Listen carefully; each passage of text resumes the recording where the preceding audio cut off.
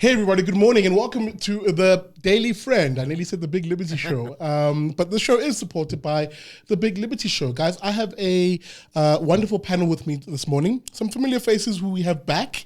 They have been not with us for a while, but their writing has been on the Daily Friend website, which I always remind you to go to and visit and check it out. dailyfriend.co.za. You'll find all of our analysts and our writers on there producing quality material, both in terms of news pieces and opinion and analysis. Guys, good morning. I've got, of course, in the studio, Marius Ruert with us and hello, Terence Corrigan. Hello there. I always struggle with the surnames, guys. Terence Corrigan, morning. And, of course, the editor-in-chief of the Daily Friend, Sarah Gone. Hello.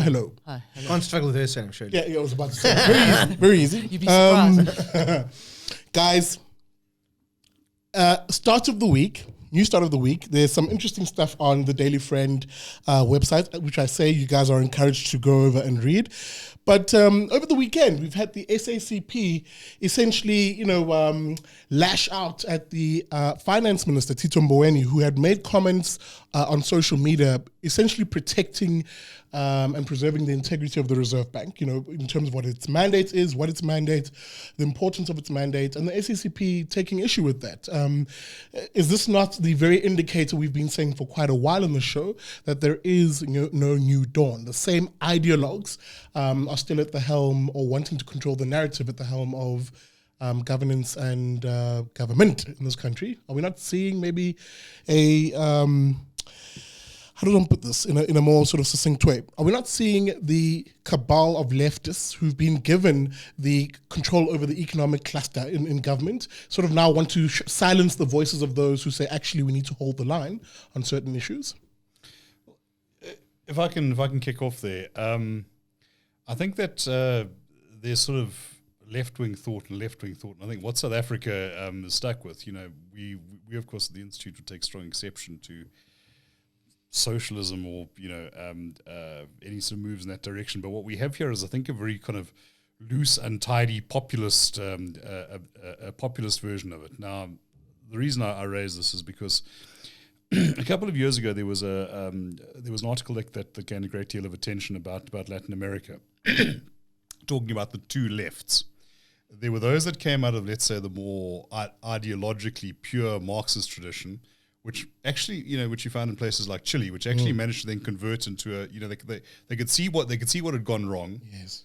The rock solid commitment to the sacred text didn't work, and they managed to reinvent themselves as kind of social democrats and made peace with the fact that they actually do need markets and you need a private sector. This is the example of places like Chile and Uruguay. On the other hand, you had this sort of rolling, untidy populist left, the kind of Argentinas and the Chavistas, which were not that intrinsically ideological, but were and in a sense that deprived them of the conceptual tools to understand what had gone wrong. They reckon, if we just doubled down and we grabbed more and whatever. And I wonder if what we're seeing here is less the kind of assertion of leftist ideology, which I think I just think that should be taken as a given, but a particular strain of untidy, venal populist ideology that never looks further than sort of 2 or 3 steps in front of itself. That would, so it's not just that it is of the left; it is of a particularly dangerous type of left. Morris, a particularly dangerous type of left, the types that don't look at, in this particular case, the data, the just absolute sad state of affairs that we have in this country, where, and they stick to the line, they stick to wanting to double down, as Terence is alluding to the bad policies. Well, I mean, sometimes if you read a statement from the SACP, it's like it's something pulled straight from the 50s or the 60s. Like they haven't moved on at all. I mean, people, as Terence said, we obviously at the Institute aren't socialists or whatever, but I mean, I can see why people would be socialists and why people would be on the left with, if people come with decent arguments, but people like the SACP and stuff, there's come like arguments straight from Stalinist Russia in the 50s. And to be honest with you, I think it's time for the SACP to either disband or actually running elections. And it'll probably get some decent amounts of support. I mean, it ran in that election where I think it was Metro Malo in the Free State, where they had to rerun the whole election in the municipality. And the SACP did okay. It got about 20% of the votes, I think. It was actually the kingmaker and put the ANC back in power, but still, whatever. Surprise. Yeah, but I mean, they would probably get decent amounts of support, and they could actually, who knows, maybe this would be good. I don't know, because actually sometimes the more sensible things that come out of the ANC are actually from the communists who are in there. They're the ones who say, I remember Jeremy Cronin when Julius Malema was still in the ANC, when he said, let's nationalize everything. And Julius Cronin, a communist, said, no, that's actually a bad idea. So maybe a little slip of tongue there, Julius Cronin. Sorry. Jeremy Cronin, sorry, apologies. But let me bring in something else before I come to you, Sarah, because it also ties into the different voices that are now commenting on the resignation of the SAA CEO, where, upon resigning, one of the reasons he cited was just, the amount of interference and the inability for him to drive the change agenda. And I'm not going to use the word transformation, to drive the change agenda that was needed and the reform that would get SAA to becoming much more leaner, meaner, if you will, and also just efficient. Here's a chap who said, look, I can't do this. I'm out. Are we not seeing... essentially that I know that's one isolated case, but does it not speak to the broader sort of malaise that we find ourselves with government, where individuals perhaps who may want to drive a change agenda, we don't know who they are because there's no evidence of them right now, but if I was someone who wanted to be a part of the new dawn with the view of bringing in a change agenda reform, cutting the size of the states, making it more market friendly, would I not look at what's happening right now on the loudest voices and go, oh no, I'm not joining that. It's still dominated by the union types, and in fact the ANC still has friends within the union movement. I think when you regard SAA CEO going, Eskom CEO going the week before, both of them seem to have gone because they could not bring about the change that they thought needed to be made. And I think you've got to look at what is happening rather than what is being said. Yeah. You look at the extent to which Eskom was very, very deliberately fiddled with by Pravin Gordhan and his ministry. They wanted to give no increases, which in the circumstances is correct, is understandable. He came in and they ended up with 7 or 7.5%. They desperately need to retrench. Everyone knows they need to retrench. Gordhan said no. With the SAA, the board was kind of hesitant about whether it had really supported him enough. Also public enterprises, also Pravin Gordhan. And one suspects, just from the subtle wording, that the board itself was not really on the CEO's side, because I suspect both of them would probably have had to say these organizations are insolvent. Sorry, and I will come to you because I also want to take a jab at the mainstream analysts, the mainstream media. So online, I picked up a post by one of the Tabilioka. She's an economist and the go-to for all things economics in the mainstream media, and she was praising how Qantas had turned their situation around from making a X amount loss. I think it was 2 point something billion loss to 1.3 billion profit. But in that entire video that she shared, the CEO who was interviewed went through meticulously what they had to do. And one of those things was to cut the workforce by 15%, introduce efficiencies, and also look at routes, what routes work and planes and blah, blah, blah. Here's a man who said, look, I knew what needed to be done and I had latitude to do it. Now, she shares this video and says nothing about essentially that. She just sort of, does the sort of airy-fairy, SAA can do it too. And I'm like, but do what? Like say it, because that's actually quite needed now. We need to say what we need to be doing to turn around SOEs, although I'd like to sell them, et cetera, et cetera. Morris? Well, I was just going to say, that shows where ideology trumps pragmatism in South Africa. I can get the argument that Eskom needs to be owned by the state, whatever. I can understand the utility maybe needs to be owned by the state, but why does a government need to own an airline? And all that SAA is, it's a subsidy for the middle and upper classes. The 4 billion rand that's going to go to SAA now is not going to go help somebody who's living in Diepsloot without a job. It's going to help. And SA is also one of the most expensive airlines. Like, it's, I don't know where the money goes. It's always more expensive than any other airline when you want to fly anyway. Not that I fly. I mean, I don't get paid enough to travel that much, but but anyway, I mean, it doesn't, like, sell the thing. What does it help South Africa to have an airline? It makes no sense whatsoever. So, but or at least privatize some of it. At least. Well, you know, look, as Mario said, there's a strong ideological element to this. I think within the ANC, you know, whether one views sort of communism as the end point or socialism or some sort of East Asian developmental state, which is delusional given the weaknesses in our state, it all seems to revolve around how our state-owned enterprises will be the mighty champions that one day, at some point, at some juncture in history, at some historical moment, will pull us into the great future, sunlit upland. Sorry. So yes, it doesn't matter if it doesn't work in practice. There's kind of an idea behind it, and I think, you know, to concede that actually this asset is just costing us money. Yeah. It is practically not. Well, could we even sell it now? Yeah. It's just a step that's intellectually those in power are unable to take.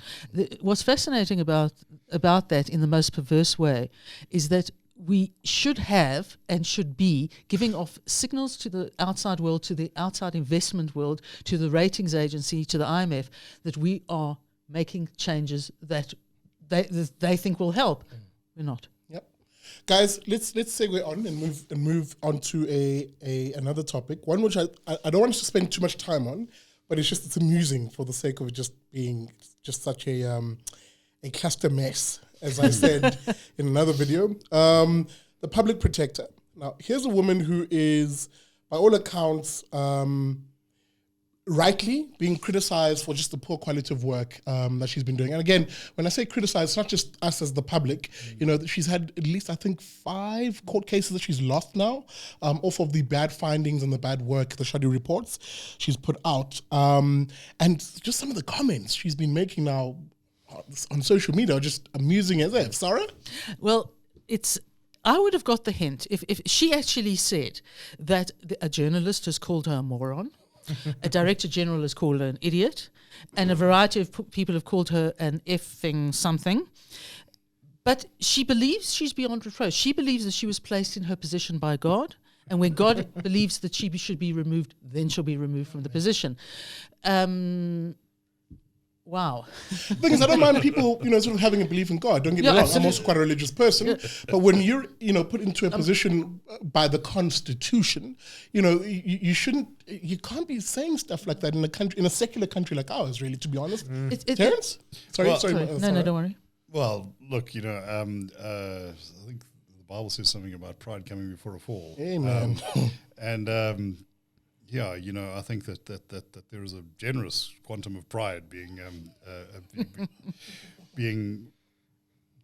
circulated there. But, you know, at the end of the day, I think the most damning thing is the court judgment. Absolutely. You know, the fact that she has been found to be, you know, at variance with what the law prescribes, and she has legal training herself. It's one of those things. You know, is this the best we can do? But you know, she certainly does also have her cheerleading faction, which is interesting. The EFF supported her, then didn't support her, then supports her again. Well, I just want to say, I think curiouser. That's always a good sign or a bad sign. If Julius Malema supports somebody, you know they should not be supported. Jacob Zuma. It's the same with the SACP. If they say they like something, be very worried. So I think people who live in Joburg should know that Julius Malema and the EFF are quite big supporters of Herman Shaba at the moment. No. That's something just to keep in mind.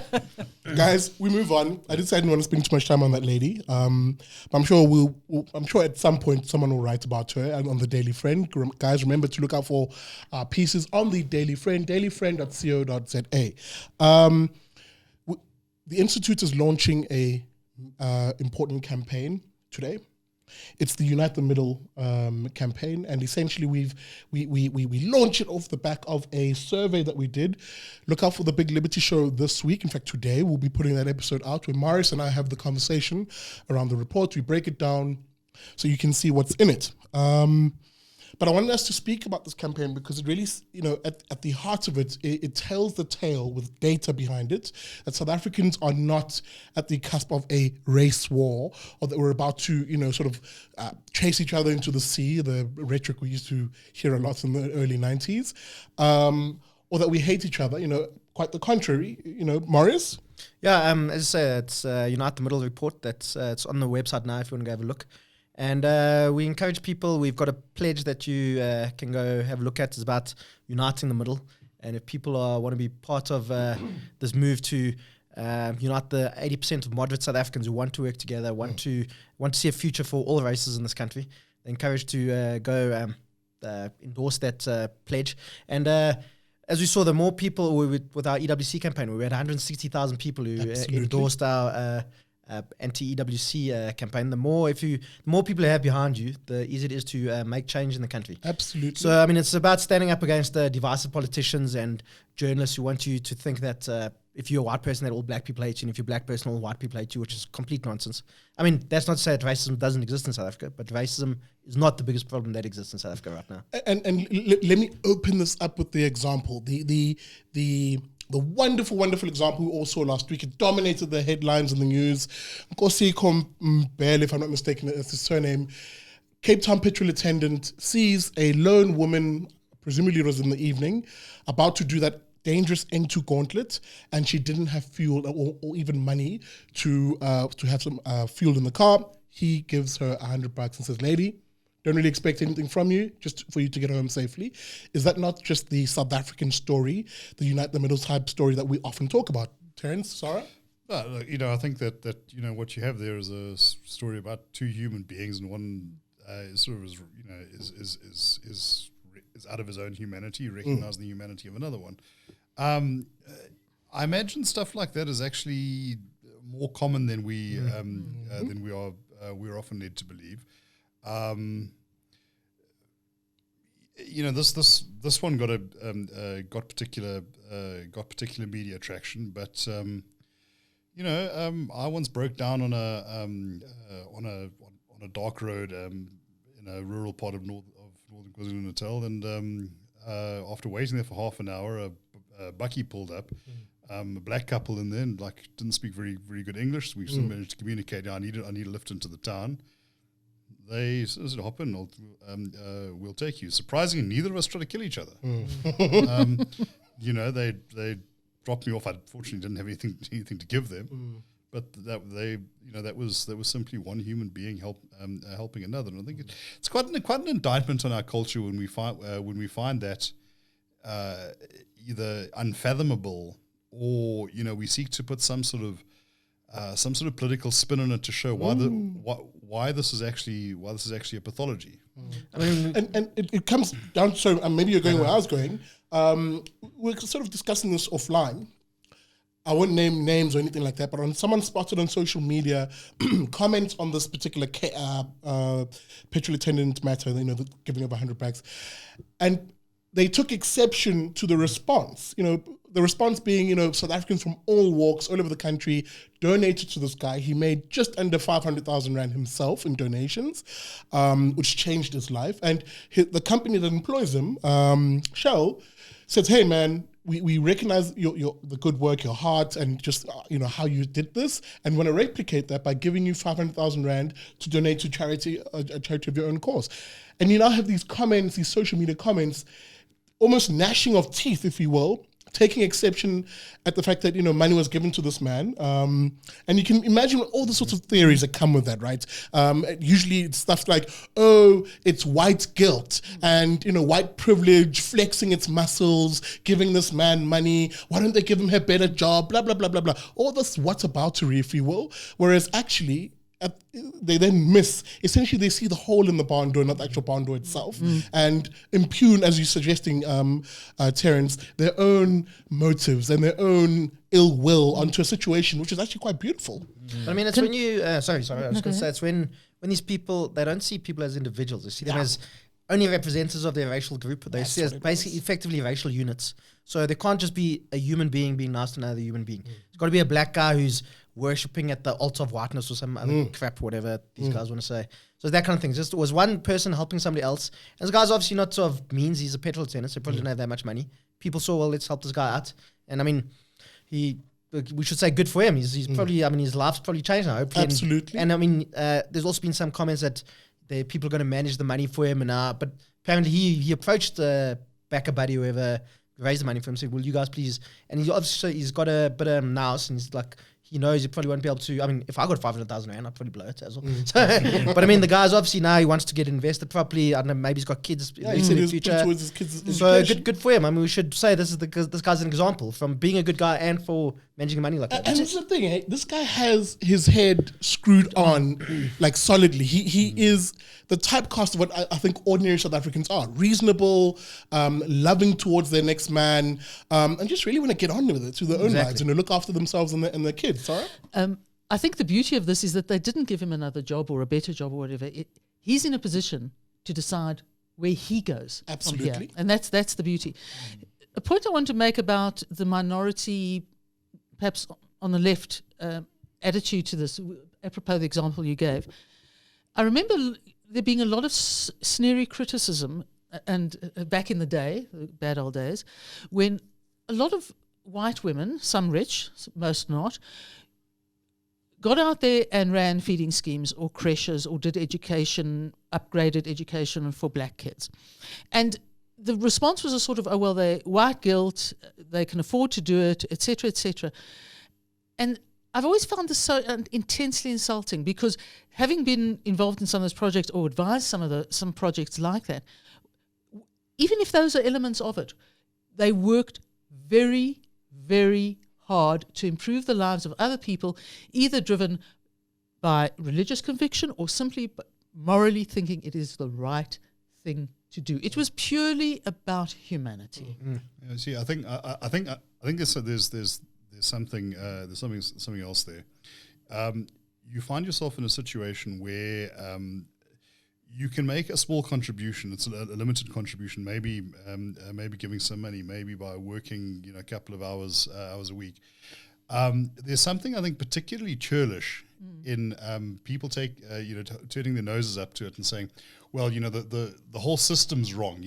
What we have to do is deal with the system, which is something that is very difficult to do.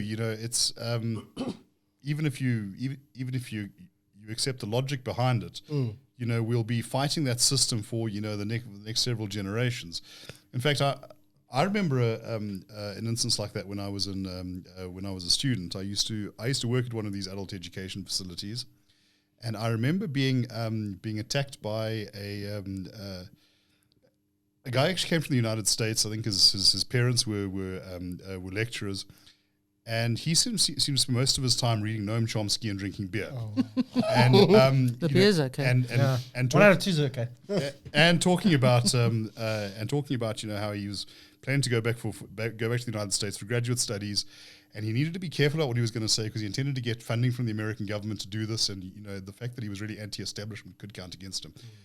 I never knew this guy to actually lift a finger to do anything personally meaningfully constructive. Yet he would ridicule my admittedly very minor efforts as being not challenging the structure, and what he was about was a new world economic order. Well, I think we can certainly wait a few generations for that, and we can ridicule those who are trying to make it better in the here and now. Guys, and maybe as a last gasp, what I find toxic is I have a similar experience, infamously or famously, depending on where you are on the spectrum. There was an incident a couple of years ago of very well-heeled young man, Oxford graduate, blah, blah, blah. Yep. At a local cafe in Cape Town, I'm still based there. verbally abuses this waitress along the lines of, oh, you know, we're not going to tip you unless you give us the land, something like that. Now, this is Didn't he write on the slip? Yes. So no tip till you get the land Actually, back. his dining partner wrote it, and he tweeted it saying, "Oh, this is so funny." Yes, and they had a great old time at this, and of course they were supported by that woke identitarian cabal online. Like, oh, well done, guys! You totally put that white girl in her place. Now, bear in mind, this is a minimum wage waitress working, a waitressing job. I then started and again, let me not pretend as if we knew we were going to raise the kind of money we did. I was just thinking, let's just do the right thing, tip this girl, and show that this country's not made out of douchebags, basically, who treat other people as racial groupings as opposed to as individuals. And obviously, a crowdfunding campaign was born out of that, and we eventually gave this child 45,000 rand, and again changed her life. Once you then heard who she is and her story, and mom dying of stage 4 cancer at the time, blah blah blah, that money changed someone's life, and it was people from all walks that donated it. But I remember the bitter vitriol you got from people who expected me, simply because I'm black and they're black, to appropriate their hatred for white people and view that situation through their lens. Oh, how dare you, they said, for giving this white woman and her white privilege, minimum wage waitress. No privilege there.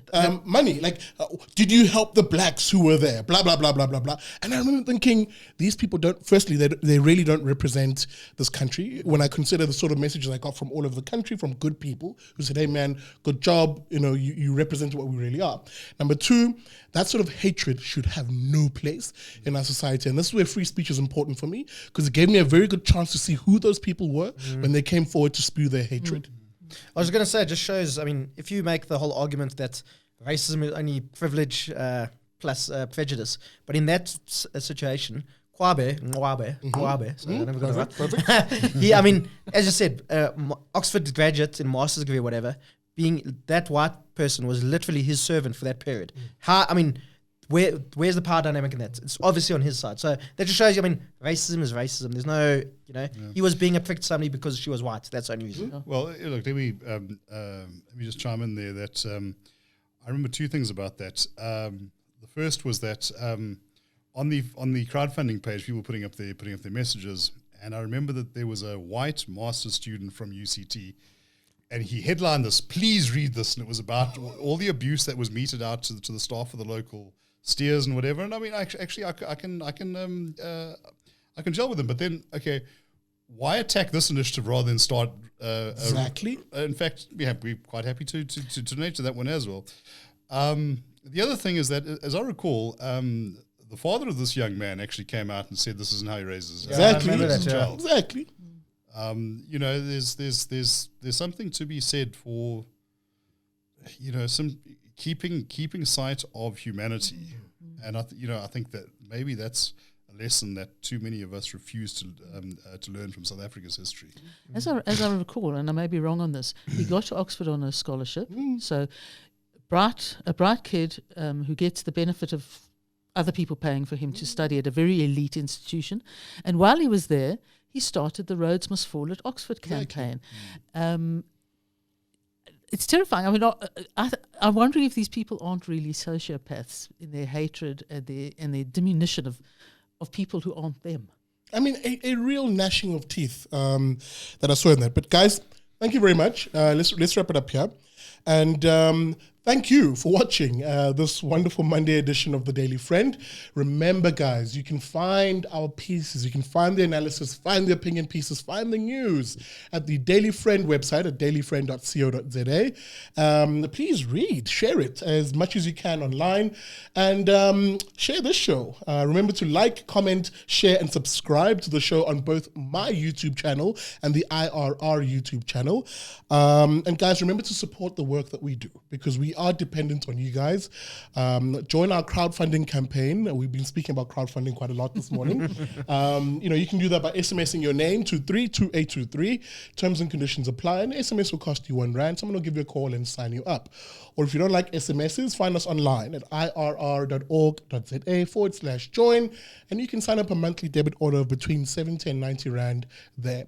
Guys, just a reminder, you also can find our Daily Friend podcast on the Iono website. Just search under the video's descriptor to see how you can listen to that. Guys, we'll see you on Wednesday.